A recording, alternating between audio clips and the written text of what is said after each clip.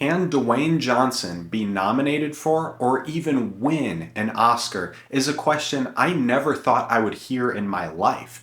But with the release of Benny Safdie's new film, The Smashing Machine, which stars Johnson, those questions are starting to be asked. This film is a biopic of MMA heavyweight champion Mark Kerr and the ups and downs of his life both in the ring and outside. And I'll just start off this review talking about the thing we're all here to see, Dwayne Johnson's performance as Mark Kerr. How does he handle fully embodying a character and not just playing a version of The Rock's persona in a studio blockbuster? And I have to say, he did quite well. I was thoroughly impressed with his work here. Some people are going to look at the character he's playing, an MMA fighter, and just compare it to the fact that he was a wrestler, so it's basically the same thing. He's playing the same character again, just with a prosthetic on this time.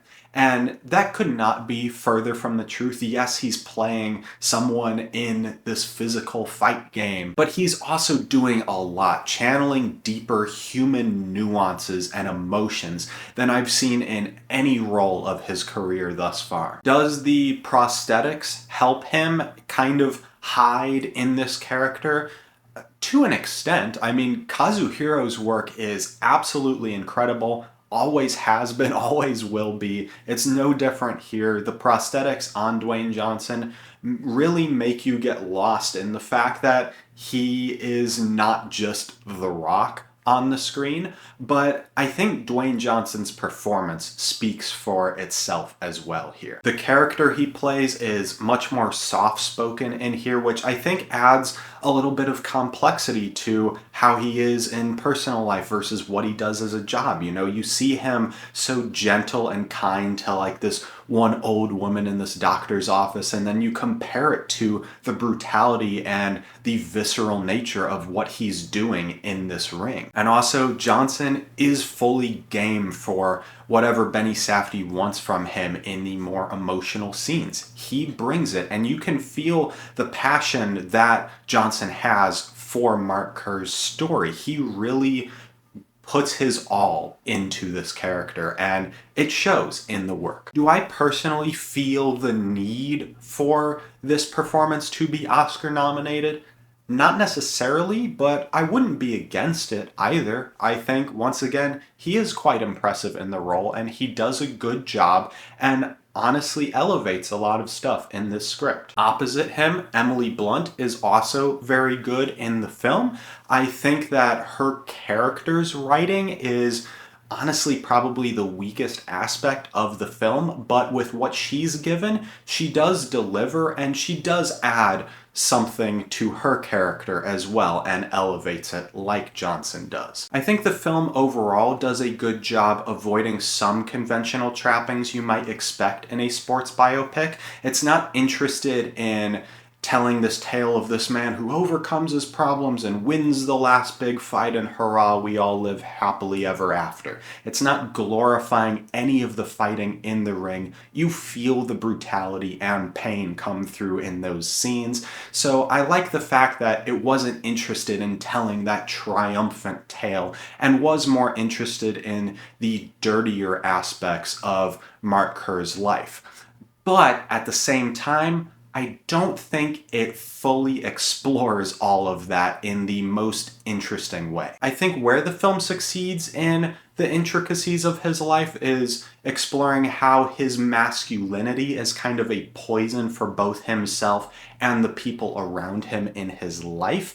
You see that he's very much like trying to not let his emotions out in front of people. There's one moment where an elevator opens and he has his back towards the door and only turns around once that elevator's closed and those people did not get in the elevator with him. So little details like that, I think, provide quite a lot of intricacies to this character. However, I do feel like we are constantly at an arm's length distance with this character, Mark Kerr, and his girlfriend, Dawn.